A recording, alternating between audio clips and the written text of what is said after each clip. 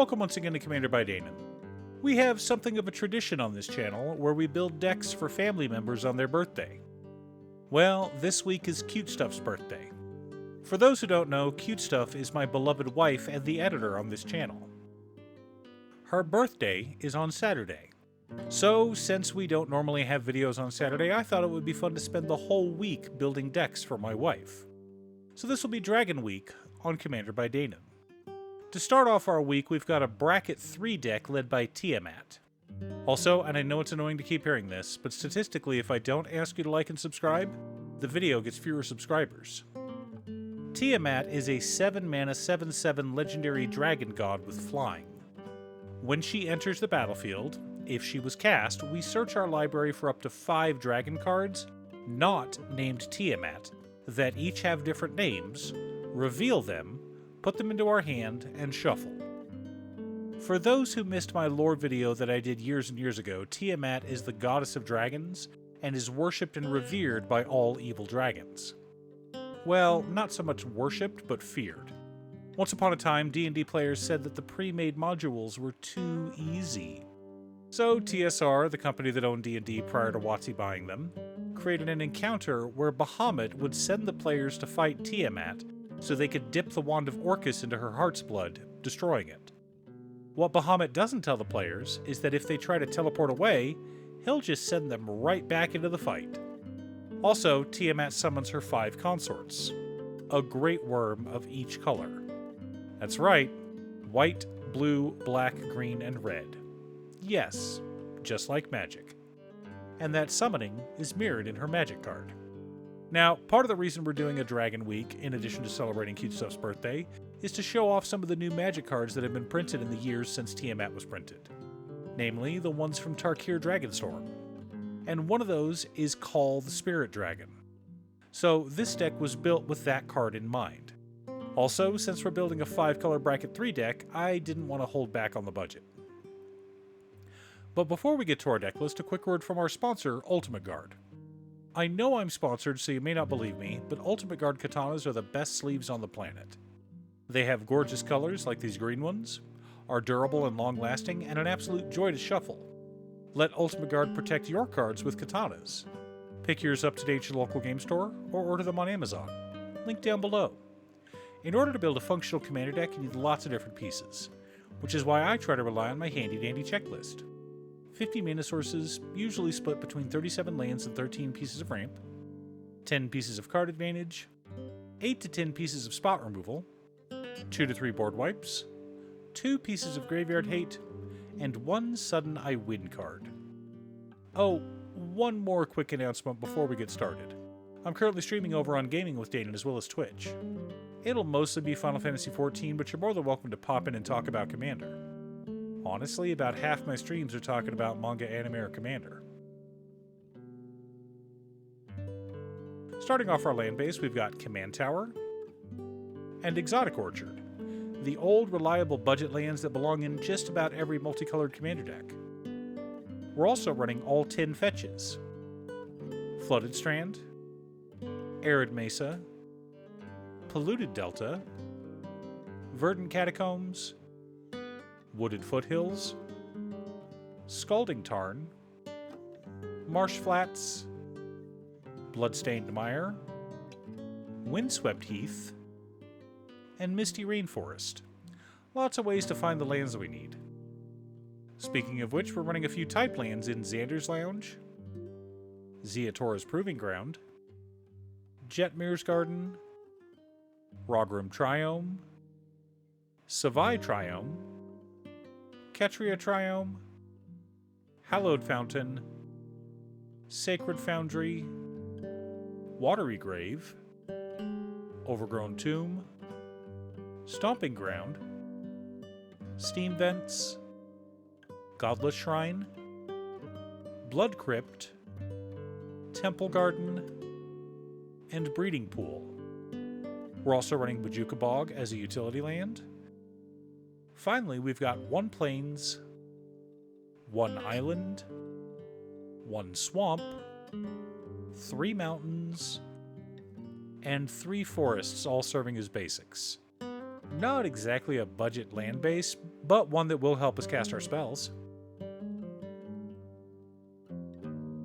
For thematic mana ramp, we've got Dracogenesis, Encroaching Dragonstorm, Frontier Siege, Monastery Siege, Roiling Dragonstorm, and Ramos Dragon Engine. We've got a land looping package in Burgeoning, Exploration, Case of the Locked Hothouse, Icetil Explorer, Crucible of Worlds, and Conduit of Worlds. A couple of mana rocks in Soul Ring and Arcane Signet. Finally, some land ramp in 3 visits, Farseek, Nature's Lore, and Skyshroud Claim. Yes, that is a lot. Our commander is 7 mana, so we need a lot of ramp.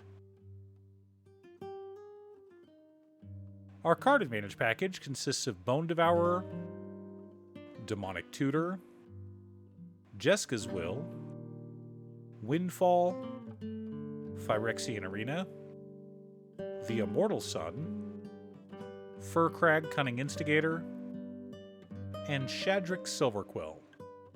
Not a lot, I know, but the card advantage we have is thematic and powerful. For interaction and spot removal, we've got Parapet Thrasher, Abrade, Negate, Counterspell, Assassin's Trophy, Generous Gift, Beast Within, Fracture, Boros Charm, and Heroic Intervention. A good mix of spot removal, counter magic, and protection. Our board wipes consist of Dragonback Assault, Gluttonous Hellkite, Blasphemous Act, Dam, Farewell, Cyclonic Rift, Earthquake, Magmaquake, and Fault Line. Yes, that's a lot of board wipes. We want to make sure the game lasts long enough for us to combo off and win, after all. The core of our deck consists of Dragonlord Dramoka, Atarka Worldrender, Lathliss Dragon Queen, Canopy Gargantuan, Ancient Bronze Dragon, Baator Ancestor's Voice, Enduring Scale Lord, Immersturm Predator, Korvold Gleeful Glutton, Shivan Devastator, Tanazir Quandrix, Hellkite Tyrant, and Xenos Galvus. Supporting our plan, we've also got Call the Spirit Dragons, Dragon Tempest, and Simic Ascendancy. Lots of ways to close out the game. Now that we have our deck list, let's compare it to our checklist. 56 mana sources split between 38 lands and 18 pieces of ramp. Heavy, I know, but dragons are expensive. 9 pieces of card advantage, counting our commander. 10 pieces of interaction. 9 board wipes. 2 pieces of graveyard hate in Farewell and Bajuka Bog. 4 Sudden Eye win cards in Call the Spirit Dragons, Simic Ascendancy, Hellkite Tyrant, and Xenos Galvus. As I said earlier, the whole point of this deck was to use Call the Spirit Dragons as our primary win con, which is why we're running so many multicolored dragons. But Call of the Spirit Dragons puts +1/+1 counters on dragons. So I added a few dragons that cared about +1/+1 counters, which means that Simic Ascendancy could also win us the game. And that got me thinking, what dragons can win us the game by themselves? Hellkite Tyrant and Xenos Galvus both have built-in win conditions. So don't bother paying the 2 when someone plays Smothering Tithe. Just steal their treasures with Hellkite Tyrant and win the game. Do you have a Tiamat deck? What theme did you build the deck around? Leave a comment below. Thanks for tuning in. Once again, a huge shout out to my editor Cutestuff. I couldn't make these videos without her. If you'd like to hire her to edit your own videos, she can be reached at cutestuff.edits@gmail.com. Link is down below. If you're looking for ways to support the channel directly, you can head on over to patreon.com/Daden. You can have a video made or just ask for help building or tuning a deck list. I also want to give a quick shout out to all of my patrons: Waffles, Jiraiya, Muffin, Sparkus, Brett, Roxy, Alex Borgi, Conga, Robert Pye, Kazaris Patrick, Tiz, Art, Richard Sint, Boomy, Osira, Justin, Golden Walker, Captain Hammer, Yori, Sleech, Zach, Mr. Salty, and Hua. You guys are awesome. I post new Commander Deck videos every weekday, so be sure to subscribe and ring the bell to be notified of new videos. Again, thanks for watching, and I'll see you all again next time on Commander by Dayton.